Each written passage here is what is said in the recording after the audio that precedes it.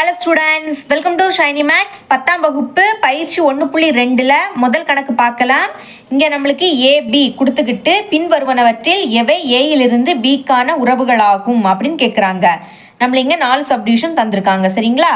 முதல்ல ஏயிலிருந்து பிக்கான உறவு கண்டுபிடிக்கிறதுக்கு முன்னாடி ஏ கிராஸ் பி கண்டுபிடிக்கலாம். அப்போ தான் நம்மளுக்கு ஈஸியாக இருக்கும். A cross B. ஓகே, ஏக்கு பதில் நம்மளுக்கு கொஸ்டினில் என்ன தந்திருக்காங்களோ அதை அப்படியே எடுத்து எழுதிருங்க. 1, 2, 3, 7. அப்புறம் நடுவில் கிராஸ். இனி பிக்கு பதில் என்ன தந்திருக்காங்களோ அதை அப்படியே எடுத்து எழுதிருங்க. சரிங்களா? என்ன கொடுத்துருக்காங்க? 3, 0, -1, 7. ஓகே, நடுவில் கிராஸ். அப்போ புள்ளிகளாக எழுதணும். அதாவது இங்கே உள்ள ஃபர்ஸ்ட்டையும் அங்கே உள்ள ஃபர்ஸ்ட்டையும் எழுதணும். அப்புறம் இங்கே உள்ள ஃபர்ஸ்ட்டையும் அங்கே உள்ள செகண்டையும் எழுதணும். அதுக்கப்புறம் இங்கே உள்ள ஃபர்ஸ்ட்டையும் அங்கே உள்ள தேர்டையும் எழுதணும். அப்புறம் இங்கே உள்ள ஃபர்ஸ்ட்டையும் அங்கே உள்ள ஃபோர்த்தையும் எழுதணும். முதல்ல அதை எழுதிக்கலாம். அப்போ 1, 3. சரிங்களா? அடுத்த 1, 0. அடுத்த 1, -1. அடுத்த 1, 7. 1, 7. ஓகே, அடுத்த 2, 3, 2, 0, 2, -1, 2, 7 எழுதிக்கலாம். 2, 3, 2, 0. அப்புறம் 2, -1. அடுத்த 2, 7. நெக்ஸ்ட்டு 3, 3, 3, 0, 3, -1, 3, 7 எழுதிக்கலாம். 3, 3. அடுத்த 3, 0. அப்புறம் 3, -1. அடுத்த 3, 7. ஓகே, இதுக்கு பிறகு 7, 3, 7, 0, 7, -1, 7, 7 எழுதிக்கலாம். 7, 3. அடுத்த 7, 0. அப்புறம் 7, -1. அடுத்த 7, 7. சரிங்களா? இவ்வளோ தான் ஏ கிராஸ் பி. இப்போ ஏ கிராஸ் பி கண்டுபிடிச்சிட்டோம். இனி ஃபஸ்ட்டு சப்டிஷன் சால்வ் பண்ணிடலாமா? முதல்ல கொஸ்டின் அப்படியே எடுத்து எழுதிக்கலாம். ஓகே, எழுதிட்டேன். இப்போ நம்மள இங்கே 2, 1 அது ஏ கிராஸ் பியில் இருக்கான்னு பார்க்கலாம். 2, 1 இல்லை. 1 இல்லாட்டாலே ஏயிலிருந்து பிக்கான உறவு இல்லை அப்படின்னு எழுதிக்கணும். சரிங்களா? அதை எழுதுறதுக்கு முன்னாடி R1 உட்கணம் இல்லை அப்படின்னு எழுதிக்கணும். அதாவது இங்கே தந்திருக்கக்கூடியது இதில் இருந்துன்னா உட்கணம் இப்படின்னு எழுதணும். நம்மளுக்கு இந்த ரெண்டுமே அங்கே இல்லை. அப்போ உட்கணம் இல்லை அப்படின்னா உட்கணம் போட்டுக்கிட்டு இல்லைன்னா இந்த மாதிரி ஒரு கோடு போட்டுறணும். சரிங்களா? ஓகே, ஏ கிராஸ் பியில் தான் இல்லை.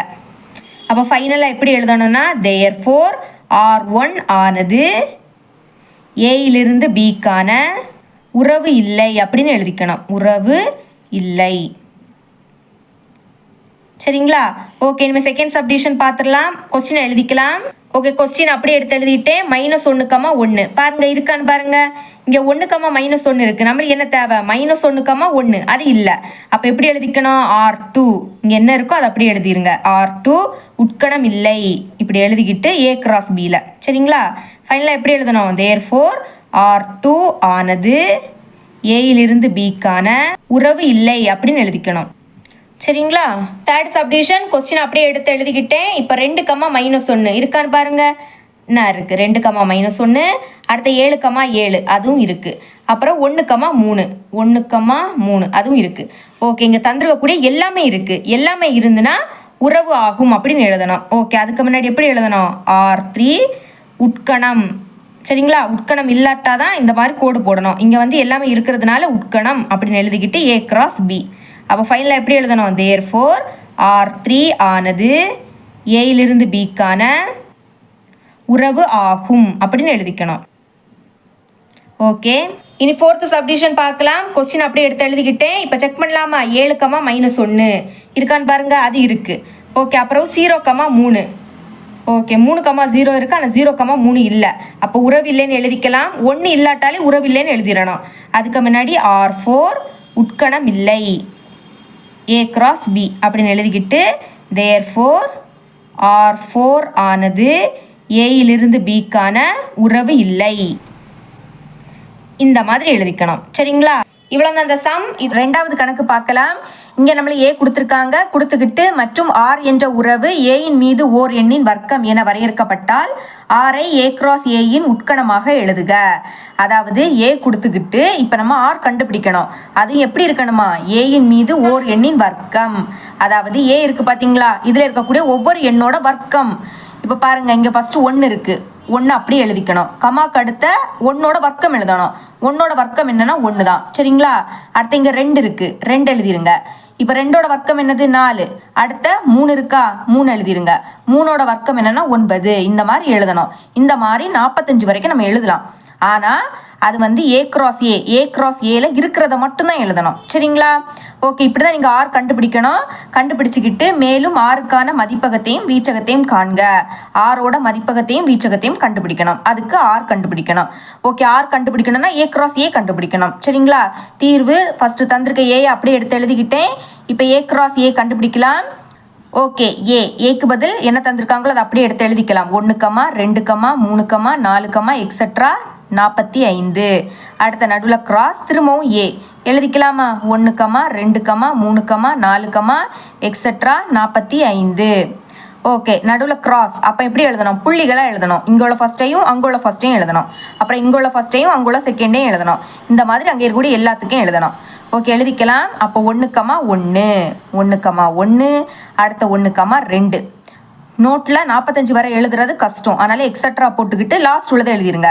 1, 45.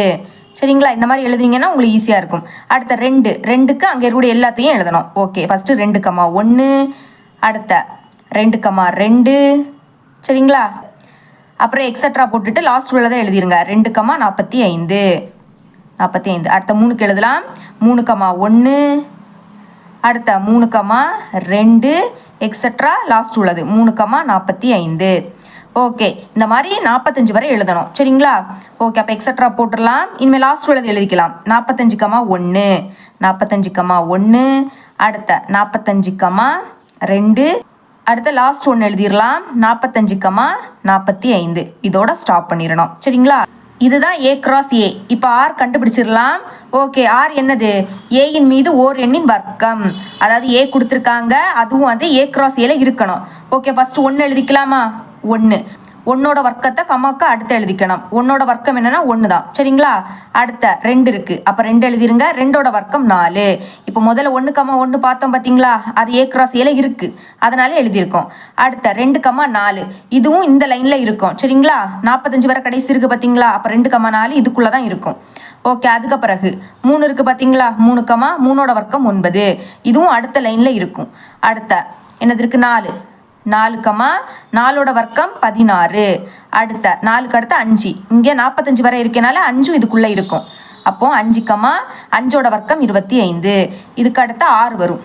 எழுதிக்கலாமா? 6, 6 வர்க்கம் 36. இதுவும் இதுக்குள்ளே இருக்கும். ஓகே, அடுத்த பாருங்க, இங்கே எழுதிக்கிறேன். இங்கே 7 வர்க்கம் என்னது? 49. ஆனால் இங்கே 45 வரை தான் இருக்குது. அப்போ இதை நம்ம எடுக்கவே கூடாது. இதோட ஸ்டாப் பண்ணிடணும். சரிங்களா? ஓகே, இப்போ நம்ம ஆர் கண்டுபிடிச்சிட்டோம். இனி இதோட மதிப்பகத்தையும் வீச்சகத்தையும் கண்டுபிடிக்கணும். ஓகே, ஃபஸ்ட்டு ஆரின் மதிப்பகம் கண்டுபிடிக்கலாம். ஆரின் மதிப்பகம் இஸ் ஈக்குவல் டு, அதாவது கமாக்க முன்னாடி உள்ளது. ஆரில் கமாக்க முன்னாடி இருக்கக்கூடியதான் என்னென்னா மதிப்பகம். எழுதிடலாம். கமாக்க முன்னாடி 1 இருக்குது, அடுத்த இங்கே 2 இருக்குது, அடுத்த இங்கே 3 இருக்குது, 4 இருக்குது, 5 இருக்குது, அப்புறம் 6 இருக்குது. இதுதான் மதிப்பகம். இனி ஆரின் வீச்சகமும் அப்படிதான். கமாக்க அடுத்துள்ளது. மதிப்பகம் கமாக்க முன்னாடி உள்ளது, வீச்சகம் கமாக்க அடுத்துள்ளது. எழுதிக்கலாமா? இங்கே 1 இருக்குது, 4 இருக்குது, அடுத்த 9 இருக்குது, அப்புறம் 16 இருக்குது, 25 இருக்குது, அடுத்த 36 இருக்குது. இவ்வளோதான் அந்த சம். மூணாவது கணக்கு பார்க்கலாம். ஆர் என்ற ஒரு உறவு x, y such that y is equal to x கூட்டல் 3, x belongs to 0, 1, 2, 3, 4, 5 என கொடுக்கப்பட்டுள்ளது. நம்ம இங்கே ஆர் கண்டுபிடிக்கணும். அதுக்கான கண்டிஷன் கொடுத்துருக்காங்க. இதை யூஸ் பண்ணி தான் கண்டுபிடிக்கணும். ஓகே, அப்புறம் இதன் மதிப்பகத்தையும் வீச்சகத்தையும் கண்டறிக. இதோட மதிப்பகத்தையும் வீச்சகத்தையும் கண்டுபிடிக்கணும். அது கண்டுபிடிக்கணும்னா ஃபஸ்ட்டு ஆர் கண்டுபிடிக்கணும். ஓகேங்களா? ஆர் வந்து எக்ஸ், ஒய் இந்த ஃபார்மெட்டில் கண்டுபிடிக்க கொடுத்துருக்காங்க. இங்கே நம்மளுக்கு எக்ஸோட மதிப்பெல்லாம் கொடுத்துட்டாங்க, ஆனால் ஒய்யோட மதிப்பு கொடுக்கல. அதுக்கு பதில் ஒரு சமன்பாடு தந்திருக்காங்க. இப்போ இந்த சமன்பாடை யூஸ் பண்ணி ஒய்யோட மதிப்பு கண்டுபிடிக்கணும். ஓகே, ஃபஸ்ட்டு அந்த சமன்பாடை எழுதிக்கலாம். y is equal to x கூட்டல் 3. அடுத்து எக்ஸோட மதிப்பே எழுதிக்கலாம். x belongs to மதிப்பு என்ன கொடுத்துருக்காங்க? 0, 1, 2, 3, 4, 5.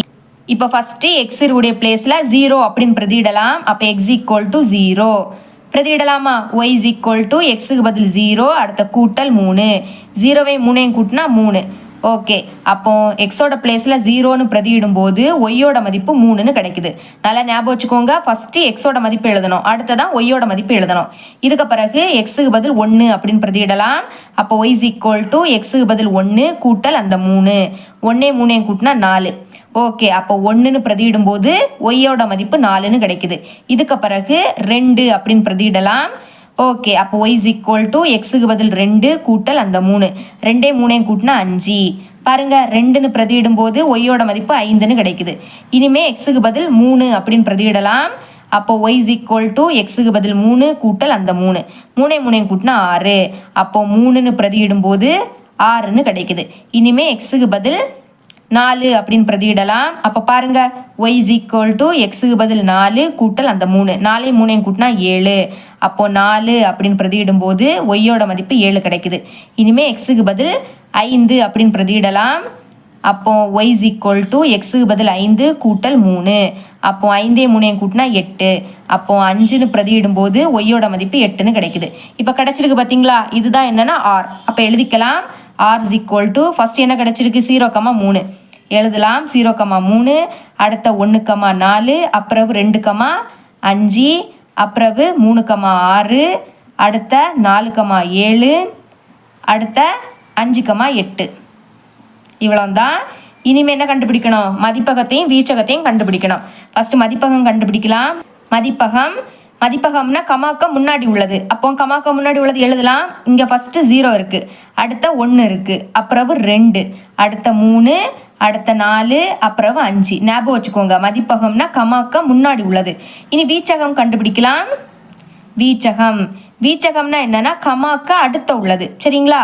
அப்போ கமாக்க அடுத்து என்னெல்லாம் இருக்குது? 3 இருக்குது, இங்கே 4 இருக்குது, இங்கே 5 இருக்குது, இங்கே 6 இருக்குது, இங்கே 7 இருக்குது, இங்கே 8 இருக்குது. ஓகே, இவ்வளோ தான். ரொம்பவே ஒரு ஈஸியான ஒரு கொஸ்டின் தான். சரிங்களா? ஓகே, இவ்வளோ தான் இந்த சம். இது உங்களுக்கு கிளியராக அண்டர்ஸ்டாண்ட் ஆயிருக்கும் நம்புறேன். தேங்க்ஸ் ஃபார் வாட்சிங்.